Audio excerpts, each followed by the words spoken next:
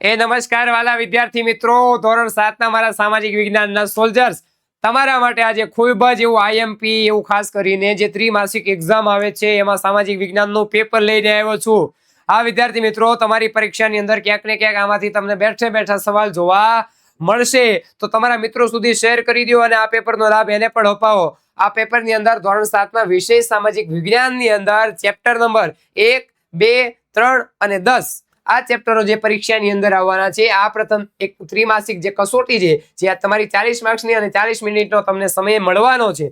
તો ચાલો વાલા વિદ્યાર્થી મિત્રો, આપણે પણ જે છે એ સરસ મજાના પ્રશ્નોનું સોલ્યુશન કરીએ, બરાબર? તો ચાલો, એની અંદર પહેલો પ્રશ્ન આવે છે વિકલ્પો। યોગ્ય વિકલ્પ પસંદ કરો। તો પહેલો વિકલ્પ કયો છે ભાઈ? જો અહીં જો મારી સાથે, બુંદેલખંડનું રાજ્ય પાછળથી કયા નામે ઓળખાયું? તો કે બુંદેલખંડ તો જેજાક ભુક્તિ। સાચી વાત છે તમારી। બુંદેલખંડ કયું? તો કે બુંદેલખંડ પાછળથી જેજાક ભુક્તિના નામે ઓળખાયું હતું। ત્યારબાદ આવે છે વિજયનગર સામ્રાજ્યની સ્થાપના કોણે કરી? તો કે બે ભાઈ હતા, યાદ છે? કયા કયા? તો કે હરિહરરાય અને બુક્કારાય, બરાબર ને? તો હરિહરરાય અને મુક્કાને બેટા બુક્કારાયે વિજયનગર સામ્રાજ્યની સ્થાપના કરી હતી। પછીની વિકલ્પો, તો કે પાણીપતનું યુદ્ધ જે છે કોની વચ્ચે થયું હતું? તો કે અકબર અને હેમુ વચ્ચે।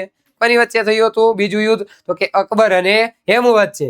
ત્યારબાદ ચોથો વિકલ્પ, જે ભૂમિખંડ હોય ને એની સપાટીને શું કહેવાય? શું કહેવાય? કોમેન્ટ કરો। તો કે એને શિયાલ કહેવાય। શું કહેવાય વાલા વિદ્યાર્થી મિત્રો? તો કે એને શિયાલ કહેવામાં આવે છે। ત્યારબાદ રાણીની વાવ, કઈ વાવ? રાણીની વાવ કયા શાસનકાળમાં બંધાવવામાં આવી? તો કે સાહેબ એકદમ સરળ છે, સોલંકીઓના સમયમાં રાણીની વાવ બંધાવવામાં આવી હતી। યાદ છે ને ભાઈ? તો આવા વિકલ્પો જોયા બાદ હવે જોવાની છે આઈએમપી ખાલી જગ્યા। કેવી ખાલી જગ્યા? તો કે આઈએમપી ખાલી જગ્યા જોવાની છે। ચાલો મારી સાથે આઈએમપી ખાલી જગ્યા જો। પહેલી ખાલી જગ્યા છે કે ખાલી જગ્યા વાઘેલા વંશનો છેલ્લો શાસક હતો। કેવો? તો કે છેલ્લો। તો કે કર્ણદેવ। ઢાઈ દિન કા ઝોપડા ખાલી જગ્યા શહેરમાં આવ્યું છે। તો કે અજમેર શહેરમાં આવ્યું છે। ક્યાં આવ્યું છે? તો કે અજમેર શહેરમાં આવ્યું છે। દિલ્હી સલ્તનતમાં શાસન વ્યવસ્થાના કેન્દ્રમાં કોણ હતું? તો કે સુલતાન હતો। કોણ હતું? સુલતાન હતો। અનાજ પીસવા માટે ખાલી જગ્યા પથ્થરનો ઉપયોગ થાય છે ભાઈ। કયો પથ્થર? તો વાલા વિદ્યાર્થી મિત્રો, ગ્રેનાઇટ પથ્થર આવે। તમને ખ્યાલ જ છે। ભૂકવચની નીચેના સ્થાને જે કંપન થાય છે એની શરૂઆતનું જે કેન્દ્ર છે એને શું કહેવાય ખબર છે? તો કે એને ઉદ્ગમ કેન્દ્ર કહેવાય। જો અહીં લખ્યું, શું કહેવાય એને? ઉદ્ગમ કેન્દ્ર કહેવામાં આવે છે। ચાલો આપણે આગળ આઈએમપી પ્રશ્નોનો અભ્યાસ કરીએ, બરાબર? ત્યારબાદ આવે છે ખરા ખોટા। શું આવે છે ભાઈ? તો કે ખરા ખોટા આવે, જેમાં પહેલું, અજમેરું પાછળથી અજમેરના નામે ઓળખાયું। તો કે એકદમ સાચું છે સાહેબ। એને અજય રાજ હતા પેલા અજમેરું અને પછી પાછળથી અજમેર તરીકે ઓળખાયું। રાજપૂત યોદ્ધા યુદ્ધના મેદાનમાં ધર્મનું આચરણ કરતા ન હતા। એવું થોડું હોય, આચરણ કરતા હતા ભાઈ। આ કેવું છે? ખોટું છે। કેવું છે? તો કે ખોટું છે ભાઈ। 13મો પ્રશ્ન, પાણીપતનું યુદ્ધ પૃથ્વીરાજ ચૌહાણ અને બાબર વચ્ચે। એલા ભાઈ, હાવ આવું ન હોય પછી। પૃથ્વીરાજ ચૌહાણ ને બાબર થોડા પાણીપતનું યુદ્ધ કરતા હશે ભાઈ। આ પણ કેવું છે? ખોટું છે, કારણ કે ઇબ્રાહિમ આવશે, બરાબર ને? ત્યારબાદ વીર દુર્ગાદાસ રાઠોડની તુલના જે છે કોની સાથે? તો કે મહારાણા પ્રતાપ સાથે કરવામાં આવે છે। તો કે એકદમ સાચી વાત છે। કોની યાર કરવામાં આવે છે ભાઈ? તો કે મહારાણા પ્રતાપ સાથે કરવામાં આવે છે। આપણને ખ્યાલ જ છે। ચાલો આપણે ટાઈમ ન બગાડતા ઝડપથી જે છે જોડકાનો પણ અભ્યાસ કરીએ, બરાબર ને? જોડકા જોડો, આવો પ્રશ્ન તમને પૂછવાનો છે ભાઈ। તો જોડકા જોડવામાં પહેલો પ્રશ્ન, કે પૃથ્વી સપાટીનો સૌથી ઉપરનું સ્તર છે એને શું કહેવાય? તો કે એને શિયાલ કહેવાય। શું કહેવાય એને? શિયાળ કહેવાય। રૂપાંતરિત ખડક છે, આ રૂપાંતરિત ખડક શેના ઉદાહરણ છે? તો કે આરસ પહાડ, બરાબર ને? શું આવશે? આરસ પહાડ। નદીનું કાર્ય, તો કે નદીઓ એટલે પૂર જ આવે। નદીઓ એટલે પૂર જ આવે। અને પવનનું કાર્ય જણાવો, તો પવન જે છે રેતીના ઢુવા ભેગા કરે ભાઈ। અને છેલ્લું વધ્યું હિમનદીનું ઘસારણનું સ્વરૂપ, એ છે ગોળાશ્મી। આવા ક્યાંક ને ક્યાંક જોડકા જે છે તમને તમારી આવતીકાલની એક્ઝામની અંદર જોવા મળશે। ચાલો આપણે આગળ વધીએ। એવો એક પ્રશ્ન આવે છે તમારે કે મને ઓળખાવો ભાઈ। એલા ભાઈ, મને નહીં, મને તો તમે ઓળખો જ છો। ઓળખો છો કે નથી ઓળખા? તો કરો કોમેન્ટ। હાલો, હું કોણ છું? ગઢવી સાહેબ છો? ઓળખાય છે સાહેબ તમને? તો મને ઓળખો એટલે કે આવા પ્રશ્નો આવે એમાં કે છે કે હું પાટણનો રાજ્યનો સ્થાપક છું। હું નહીં હો, અહીં વાત છે। હા, કે ગઢવી સાહેબે પાટણની સ્થાપના કરી? કેદી કરી છે? અમને ખબર નથી ભાઈ, મારી વાત થતી નથી। હું પાટણ રાજ્યનો સ્થાપક છું। તો કે તો તમે વનરાજ ચાવડા હો। મેં અલાય દરવાજા નામનો પ્રવેશ દ્વાર બનાવ્યો. તો કે તો તમે અલાઉદ્દીન ખિલજી હશો. મારી તુલના કે રાણા પ્રતાપ સાથે કરવામાં આવી હતી. તો કે તો તમે વીર દુર્ગાદાસ રાઠોડ હશો. તો તમને ઓળખાવી દીધા. પછી આગળનો પ્રશ્ન આવે છે એક એક વાક્યમાં, અને એક એક વાક્યમાં ખૂબ જ આઈએમપી પ્રશ્નો છે જેનો અમે અભ્યાસ કરીશું. એમાં પહેલો પ્રશ્ન કે ઉત્તર ભારતના કોઈ પણ 3 કેટલા, તો કે 3 મુખ્ય રાજવંશોના નામ આપો. તો કે 3 હું અમે તો 4 આપી દી. કેટલા આપી દી? 4 આપી દી ભાઈ. એમાં પહેલા છે બુંદેલખંડના ચંદેલો, માળવાના પરમાર, અણહિલના ચોલુક્યો અને શાકંભરીના ચૌહાણો. જાઓ કે મોજ કરો, મોજ કરી દી. ત્યારબાદનો પ્રશ્ન રાણીની વાવ કોણે બંધાવી? તો કે રાણીની વાવ જે છે પાટણના રાજવી હતા ભીમદેવ સોલંકી, અને એ રાણી હતી ઉદયમતી, એને બંધાવી હતી. કુતુબ મિનાર ક્યાં આવ્યો? ક્યાં આવ્યો કુતુબ મિનાર? તો કે દિલ્હીમાં આવ્યો. ક્યાં આવ્યો ભાઈ? દિલ્હીની અંદર કુતુબ મિનાર આવેલો છે. ખબર પડતી હે? તો આગળ જાતી હે, પડતી હે ને? કુતુબ મિનાર ક્યાં આવતી હે? તો કે સાહેબ દિલ્હીમાં આવતી હે. ઓકે મારા દીકરા, તારી વાત સાચી હોતી હે. કેવી હોતી હે ભાઈ? સાચી હોતી હે. તો આપણે આગળ જાતી હે. પછીનો પ્રશ્ન પાણીપતની બાકાજીકી. અરે ભાઈ પાણીપતનું પ્રથમ યુદ્ધ છે. તો આ પાણીપતની બાકાજીકી હતી, આ પ્રથમ યુદ્ધ હતું. એ કોની વચ્ચે લડાયું હતું? કોણ કીધું? તમારામાંથી કીધું ભાઈ કોઈ? તો કે ના. કોણ કીધું? તો કે આ પાણીપતનું યુદ્ધ જે છે એ 20 એપ્રિલ 1526 બાબર અને ઇબ્રાહિમ લોધી વચ્ચે જે છે, મેં કીધું ને આગળ કે બાબર અને ઇબ્રાહિમ લોધી જે છે એના વચ્ચે યુદ્ધ થયું હતું. ત્યારબાદ ટૂંકમાં પ્રશ્નો કોઈ પણ 2 આપણને પૂછાવાના છે, બરાબર ને? તો એ 4 માર્ક્સની અંદર આપણને પૂછાવાના છે. તેમાંનો પહેલો પ્રશ્ન છે કે કારણ આપો મિનળ દેવી એ આદર્શ રાજમાતા હતા ભાઈ. આવો પ્રશ્ન પૂછાઈ શકે છે, આઈએમપી છે તમારા માટે. તો ચાલો આપણે એનું કારણ આપી દઈએ. કારણ કે રાજમાતા મિનળ દેવી હતા ને પ્રજા વત્સલ હતા. એને પ્રજાને વત્સલ એટલે કે પ્રેમ કરનારા રાજમાતા હતા, બરાબર? અને એની પ્રજા વાલી હતી. તે પ્રજાના કલ્યાણના કામો કરવા માટે હંમેશા તત્પર રહેતા, એટલે કે તૈયાર રહેતા. તત્પર રહેવું એટલે શું થાય? તો કે તૈયાર, બરાબર ને? તૈયાર જ રહેતા. પ્રજાનું સારું કામ થતું હોય તો આપણે કરીએ. તેમણે પ્રજાને ન્યાય આપવા નોંધપાત્ર કામો કર્યા. એમણે સોમનાથનો યાત્રા વેળો નાબૂદ કર્યો હતો. ખબર છે ને ભાઈ? મિનળ દેવીએ સોમનાથનો યાત્રા વેળો નાબૂદ કર્યો હતો. અરે ભાઈ એના કહેવાથી પીવાના પાણીની સમસ્યા હલ થઈ હતી. અને સિદ્ધરાજ જયસિંહ જે છે ને એને ધોળકામાં મલાવ તળાવ અને વિરમગામમાં મુનસર તળાવ એના કહેવાથી જ બંધાયું હતું. ખરેખર આ મિનળ દેવી ભાઈ એક આદર્શ રાજમાતા હતા, બરાબર ને? સિદ્ધરાજ જયસિંહે સોમનાથનો યાત્રા વેળો પણ એટલા માટે જ નાબૂદ કર્યો હતો. ત્યારબાદનો બીજો મહત્વનો પ્રશ્ન તમારા માટે ટૂંકમાં, જે તમને 2 માર્ક્સમાં પૂછાઈ શકે એવો. અકબરની ધાર્મિક નીતિ જે છે, આ ધાર્મિક નીતિની ચર્ચા કરવાની છે આપણે કે કેવી કેવી ધાર્મિક નીતિ ધરાવતો હતો ભાઈ અકબર. હાલો ચર્ચા કરીએ મારી સાથે ફટાફટ. હાલો.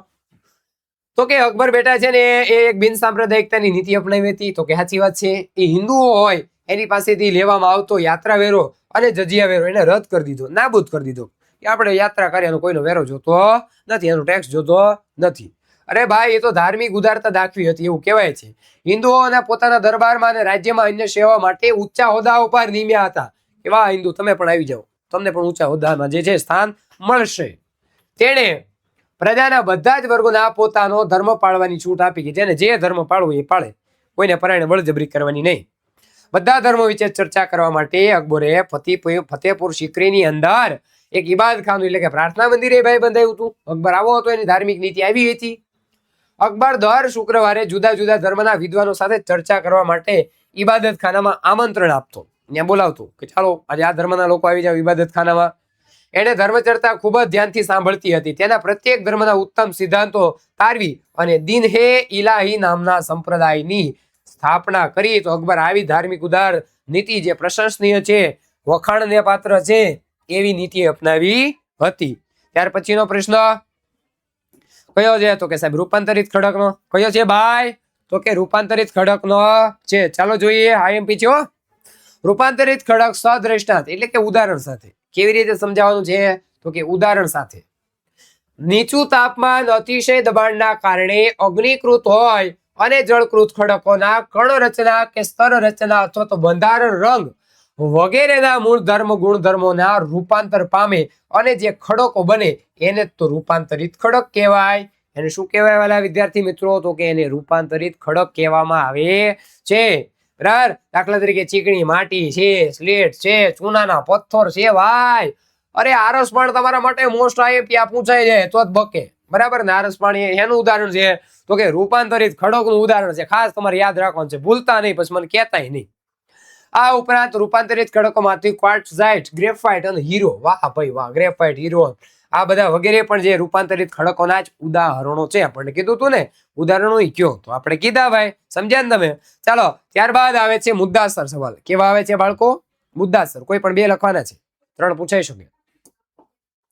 પહેલો તો કે કૃષ્ણ રાય વિશે ટૂંક નોંધ લખો. ભાઈ તમારા માટે આઈએમપી છે આ ટૂંક નોંધ. કી છે વાલા વિદ્યાર્થીઓ?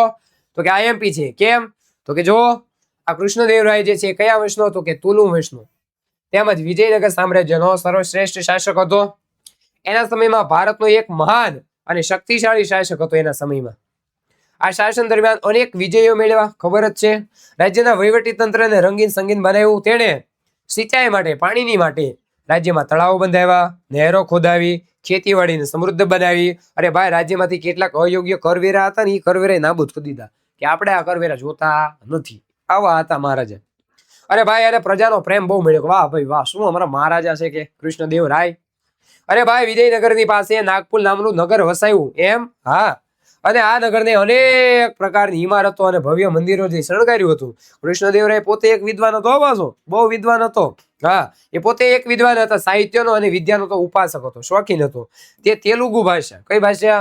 તો કે સાહેબ તેલુગુ ભાષા. બીજી કઈ ભાષા છે? ચાલો તમને બીજી ભાષા કીધું તો કે તેલુગુ ભાષા ઉપરાંત સંસ્કૃત ભાષા. કઈ ભાષા વાળા વિદ્યાર્થી મિત્રો? તેલુગુ અને સંસ્કૃત ભાષા જે છે એનો એ લેખક હતો. બરાબર. અને આમુક્ત માલ્યદા નામનો એમણે ગ્રંથ લખ્યો. અનેક કવિઓને રાજ્યાશ્રય આપ્યો, એટલે કે રાજ્યની અંદર આશ્રય આપ્યો હતો. અને કૃષ્ણદેવરાયની સરખામણી રાજા ભોજની જેમ કરવામાં આવે. શું કામ? તો કે એ સાહિત્ય અને કલાનું ઉત્તેજન આપ્યું હતું, એટલા માટે એને આંધ્રનો ભોજ કહેવાય. શું કહેવાય બેટા? આંધ્રનો ભોજ તરીકે જાણીતો બન્યો હતો. ખ્યાલ આવે છે? સમજાય છે? કોમેન્ટ કરો. બરાબર. યાદ રાખવું પડશે આપણે થોડુંક. પરીક્ષા માટે થોડીક તો મહેનત કરવી પડશે કે નહીં કરવી પડે ભાઈ? તો વાલા વિદ્યાર્થી મિત્રો, મહેનત કરશે. મને તમારા ઉપર વિશ્વાસ છે કે તમે આ દરેક અહીંયા આપેલા સવાલો જે છે એને સરસ મજાની રીતે જોશો, યાદ રાખશો અને વાંચન કર્યા કરશો, એટલે 100% તમને સારા માર્ક્સ મળશે. ત્યારબાદ જો મહેનત જરૂરી છે. જે વિદ્યાર્થી મહેનતનો સાથ નથી છોડતો ને એને પરિણામ પણ એનો હાથ નથી છોડતો. મહેનત કરવી પડશે ભાઈ. બરાબર. ત્યારબાદ આવે છે શેરશાહ સૂરીના જે સુધારા, એની આપણે ચર્ચા કરવાની છે. શેરશાહ સૂરી કયા કયા? તો કે 1540 થી લઈ અને 1545માં 5 વર્ષના શાસનકાળ દરમિયાન અનેક સુધારા કર્યા હતા. એમાં સુધારા નીચે પ્રમાણે છે. પહેલો સુધારો કે શેરશાહ હતા ને ચોર હોય, લૂંટારા હોય, એના ભયને નાબૂદ કરીને રાજ્યમાં શાંતિ નાખી. વાહ ભાઈ વાહ, શેરશાહ વાહ. ચોર લૂંટારા નાબૂદ કરી દીધા ને એ રાજ્યમાં શાંતિ, શાંતિ ને શાંતિ. ઓમ શાંતિ. એને ઘોડે સવારો એને ખેપિયાઓ શરૂ કરીને નવી ટપાલ વ્યવસ્થા ખાસ યાદ રાખવાની છે. ઘોડા ઉપર બેઠ જાઓ, ટપાલ દઈ આવો, ટપાલ લઈ આવો. કે તેણે વેપારી અને યાત્રાળુઓ માટે ધર્મશાળા બંધાવી. ત્યાં વેપારી બિચારા હાલી ક્યાંય જાય કે આરામ કરતા જવી ક્યાંય. રૂપિયાનું ચલણ ચાલુ કરાવ્યું. એને રૂપિયા એનું ચલણ એને ચાલુ કરાવ્યું હતું. વિશાળ લશ્કરની રચના કરી. કે આ બધું ધ્યાન રાખવા માટે એક લશ્કર જોશે ને, તો એક લશ્કરની રચના કરી. હાલો શેરશાહ કે એક લશ્કર બનાવી નાખી કે આમાં જેને જોડાવું આવી જાવ ભાઈ, હેને તીર ભાલું કામઠું લઈને વિયાવો કે બધાય આવડા લશ્કરમાં. તેણે એક લાંબો રાજમાર્ગ જે છે જેનું નામ છે ગ્રાન્ડ ટ્રક રોડ, એનું નિર્માણ કરાવ્યું, પુનઃનિર્માણ કરાવ્યું. આ રસ્તો આરો છે, આનું નામ છે ગ્રાન્ડ ટ્રક રોડ, જે બંગાળ અને ઉત્તર ભારતના સુધી વિસ્તરેલો હતો. ટોડરમલ હતો. આ ટોડરમલ જે છે એ જમીનની જાત, ખેતીની ઉપજની સરાસરી પરથી જમીન મહેસૂલનો કોઠો તૈયાર કર્યો હતો. અને આ સુધારાના કારણે શેરશાહ જે છે એને તો આપણે યાદ કરીએ છીએ. બરાબર ને? ચાલો આપણે આગળ વધીએ. જો કોઈ પણ બે કીધા હતા છતાંય આપણે ત્રીજું જોઈએ છીએ, કારણ કે તમને ક્યાંક ને ક્યાંક હેલ્પફુલ થશે. બરાબર. જો પવનનું કાર્ય સદ્રષ્ટા સમજાવો. મેં તમને સમજાવી દીધું. સદ્રષ્ટા એટલે શું થાય? તો કે સાહેબ ઉદાહરણ સાથે. તમે અમને સમજાવ્યું એટલે સમજાય જ ગયું હોય, એમાં બીજી વાત ન હોય બાળકો. રણ પ્રદેશમાં જો બેટા પવન ઉડે એને એટલે શું થાય? તો કે ઘસારણ અને નિક્ષેપણ. તો એ પવન જે છે એ પવન એ ઘસારણ અને નિક્ષેપણનું મુખ્ય પરિબળ છે. બરાબર ને? રણ પ્રદેશની અંદર ઘસારણ થાય કે નિક્ષેપણ થાય કે એક જગ્યાએથી વસ્તુ ઉડીને બીજી જગ્યાએ વહી જાય. બરાબર. એનું મુખ્ય પરિબળ તો કે પવન. રણ પ્રદેશમાં પવન ખડકોના ઉપરના ભાગની સરખામણીએ જે નીચેનો ભાગ છે એને સરળતાથી વધારે અને ઝડપથી ઘસે છે. પરિણામે આ ખડકોનો નીચેનો ભાગ સાંકડો અને ઉપરનો ભાગ વિશાળ બની જાય છે. તેથી આ ખડકો જે છે, આ ખડકોને છત્રી આકાર જેવા થઈ જાય. છત્રી એને ચોમાસામાં હોય એવા ખડક થઈ જાય. એવો આકાર ધારણ કરે, જેને ભૂછત્ર ખડક કહેવાય. શું કહેવાય છે બાળકો? ભૂછત્ર ખડક કહેવાય છે. રણ પ્રદેશમાં પવન એના વેગ સાથે ઘણી બધી રેતી જે છે એક જગ્યાએથી બીજી જગ્યાએ લઈ જાય. જ્યારે પવનનો વેગ મંદ પડી જાય, પવન ઢીલો પડી જાય, રેતી ઠલવી નાખે. ઊંડી આવેલી રેતી જમીન સપાટી ઉપર કોઈ ભાગ ઉપર જમા થાય અને રેતીનો ટેકરો બને, અને આ રેતીના ટેકરાને ઢુવા કહેવામાં આવે. શું કહેવામાં આવે? ઢુવા કહેવાય. યાદ રાખજો, જ્યારે રેતીના કણો નાના અને હલકા હોય ત્યારે પવન એને સેંકડો કિલોમીટર સુધી ઉડાડી જાય. અને ખેંચાઈ આવેલા રેતીના જે કણો છે એને વિશાળ વિસ્તાર પથરાઈ જતા સમતળ મેદાન બની જાય, જેને લોયસનું મેદાન કહેવાય. શું કહેવાય? લોયસનું મેદાન કહેવામાં આવે છે. જે ચીનની અંદર વાયવ્ય દિશા છે ને બેટા, ત્યાં આ પ્રકારનું મેદાન તમને જોવા મળે છે. બરાબર. ત્યારબાદ તમારા માટે મોટા પ્રશ્નો જે છે એ પણ આઈએમપી છે. બરાબર. ટૂંક નોંધની અંદર તમને સવિસ્તારમાં ટૂંક નોંધ પૂછાય, એમાં મોસ્ટ આઈએમપી ટૂંક નોંધ છે તમારા માટે.